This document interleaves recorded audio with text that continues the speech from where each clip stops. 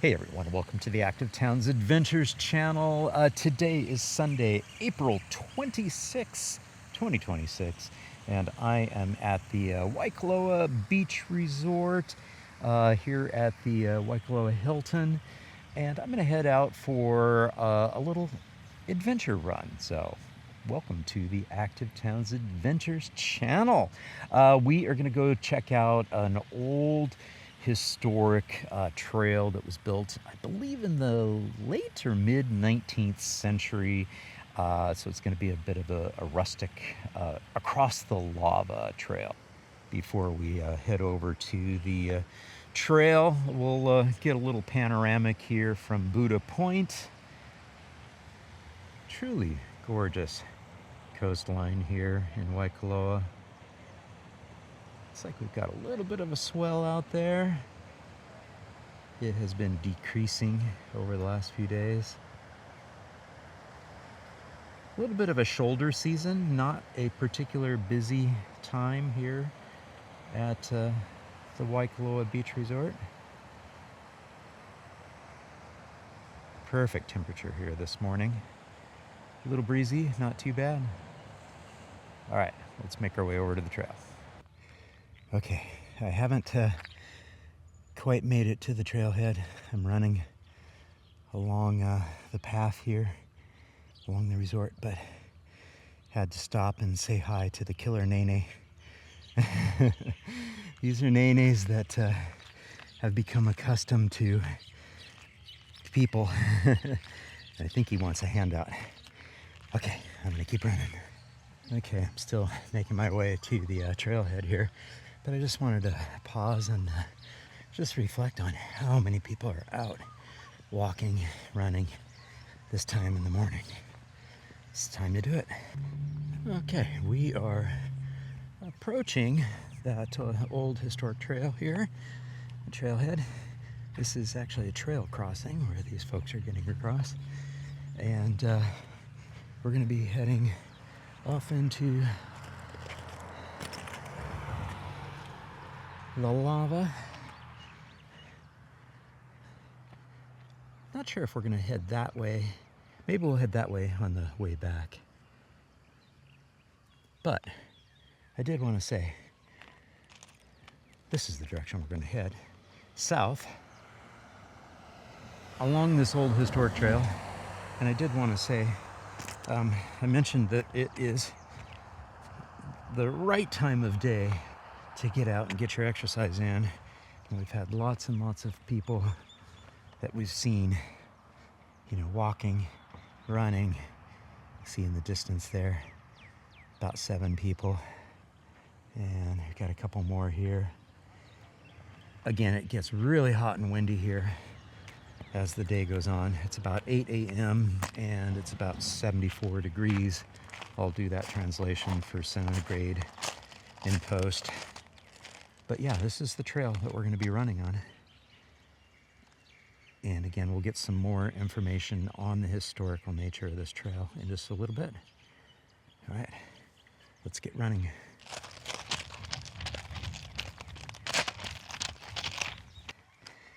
Whew. My heart rate is sky high. This is a highly technical trail, lots of ankle turners. I can't really film and narrate while I'm running. I need full attention when I'm running on this thing, and because it's just so nasty. But it's still fun to be out here. I just can't film, narrate, and run at the same time. So you're gonna get my little walk and talk breaks along this stretch when I need to bring my heart rate down. Hope that's not too disappointing for you. There, I almost turned my ankle. This is the reason why.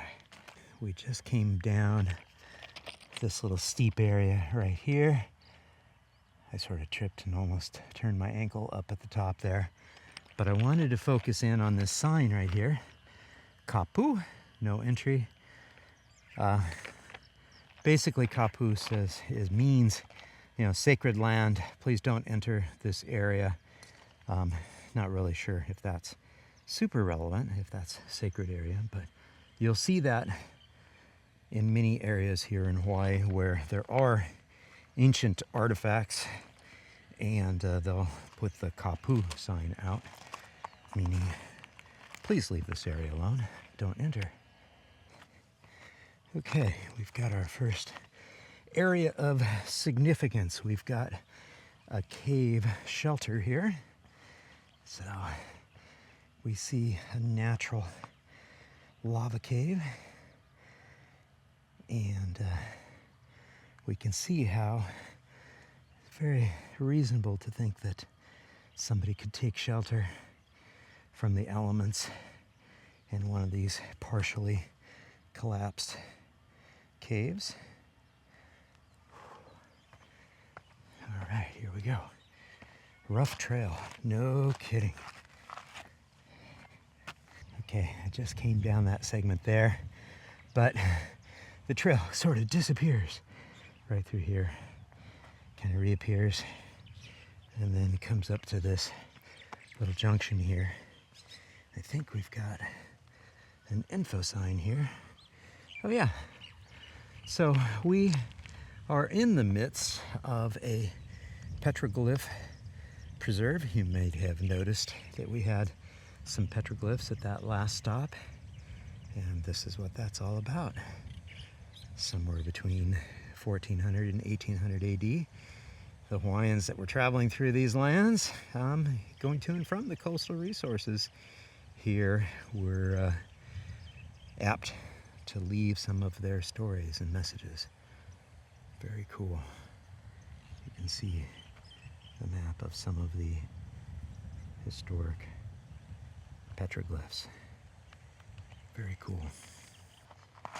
Okay, and away we go.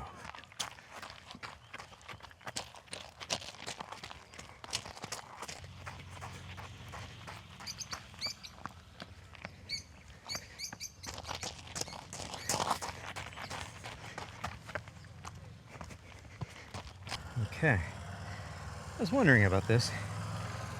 At least in this section, they are referring to this as the King's Trail.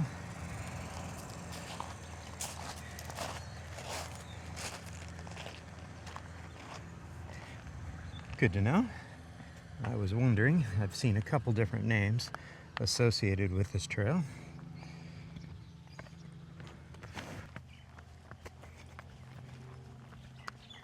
Hello, Mr. Shadow. Okay, here's a nice little runnable segment across the Lapahoihoi lava and heading into the the rough lava. Whew. Oh my gosh, up this hill. Whew. Okay, just getting my heart rate back down as I walk up this hill after running up that short little steep hill for you. Yeah, in case you're wondering, I'm not in the best cardiovascular shape right now. Need to get with it. Get on with my training. I've let it go for far too long. And at 61 years of age, can't lose it. If you lose it, if you don't use it, you lose it. Muscle strength as well as cardiovascular fitness. Whew. But this is so beautiful. You can see in the distance how the trail just goes laser straight. And again, we're going to see a information sign board that talks all about that in just a moment. Okay, and you can see here where the old historic trail meets the modern era, and those two gals are pausing to read the information board sign that we are going to see in just a moment. Okay, the Ala Nui, Apanui, Puako section. All right, the walking surface is uneven. Yeah, no kidding. Proceed with caution at your own risk. And yeah, running on it is even more treacherous. We'll head this way just a little bit. It goes on for miles. We're not going to go all the way to Kona, obviously. But yeah, let's get out in the middle of that lava field there, because for miles and miles and miles, there's nothing but lava. Okay, before I continue, I just want to focus in on this cave right here. Very, very cool. And then we're gonna climb our way onto the actual shelf, the roof of said cave, as we continue along the trail. Looks like we have a few other intrepid hikers here on the trail. Yes, I know. I'm walking once again to get that heart rate down. But hey, gives me the opportunity to catch up with you. I'm still heading southbound on the trail. I want to pan to the right so you can see where the public access beach is there to Anainaholo. Oh shoots, I think I got the name wrong. We call it A-Bay. I'll try to get the pronunciation of that right. When we continue panning over, you can see the Marriott Resort Hotel there. Looking back to the north, towards the Hilton where I'm staying. The Queen's shops are right there. And way off in the distance there, that is our nearly 14,000 foot Mauna Kea. In the wintertime, that becomes snow-capped. And then in the foreground here, we see Hualalai Mountain, our somewhat dormant volcano. But in between the two, you can just perceive Mauna Loa, our other nearly 14,000 foot peak. Very nice. Beautiful days here in the Waikoloa Beach area, where you can see all the different mountain ranges pretty effectively. Those further down to the south, we might be able to see the Kohala mountain range as well. But we're going to saddle up to this next information board here and see what it has to say. All right. The Abrader Quarry. In prehistoric Hawaii, stone tools called abraders were used for finishing everything from small fish hooks to large canoes. Abraders were primarily used to shape surfaces. One of the most widely used types of abraders was manufactured from the scoriaceous pahoehoe, which is a type of lava. The archaeological preserve was part of the unique lava formation with abundant source of scoriaceous pahoehoe for prehistoric Hawaiians. At one time, the pahoehoe was relatively smooth here, but intensive quarrying by prehistoric Hawaiians who used large water-worn boulders from the shore to break the pahoehoe transferred the area into a rubble field of loose broken chunks of bedrock. The material was quarried extensively from AD 1400 to AD 1800 by a small group of people, who probably lived here permanently. Travel to this area was on footpaths from the shoreline, which connected to larger trails. The Hawaiians who worked here sheltered in surface shelters and small caves, like the ones that we saw on either side of the trail. Very, very cool. And off in the distance there, you also see our Queen Ka'umanu Highway, the Queen K Highway. And then our trail continues on to the south. Let's run just a little bit further. Okay, I've got a couple more markers here that we're going to check out before I wrap this up and wrap up my run. So let's see what this has to say. More about the Abrader basins.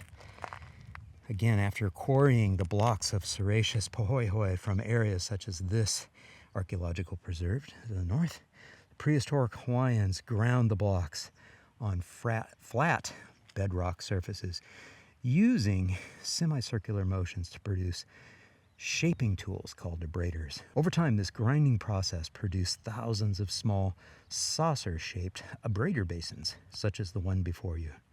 Often these basins are in pairs or groups of 4 or more, particularly on flat, slightly elevated surfaces. And you can see the indentations here of those semicircular indentations. Very cool.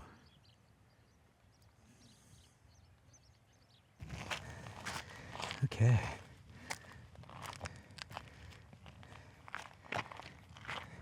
Here we go. This is the Kona Kohala boundary. This sign marks the edge of the Waikoloa Beach Resort. It is also the boundary of North Kona District and the South Kohala District.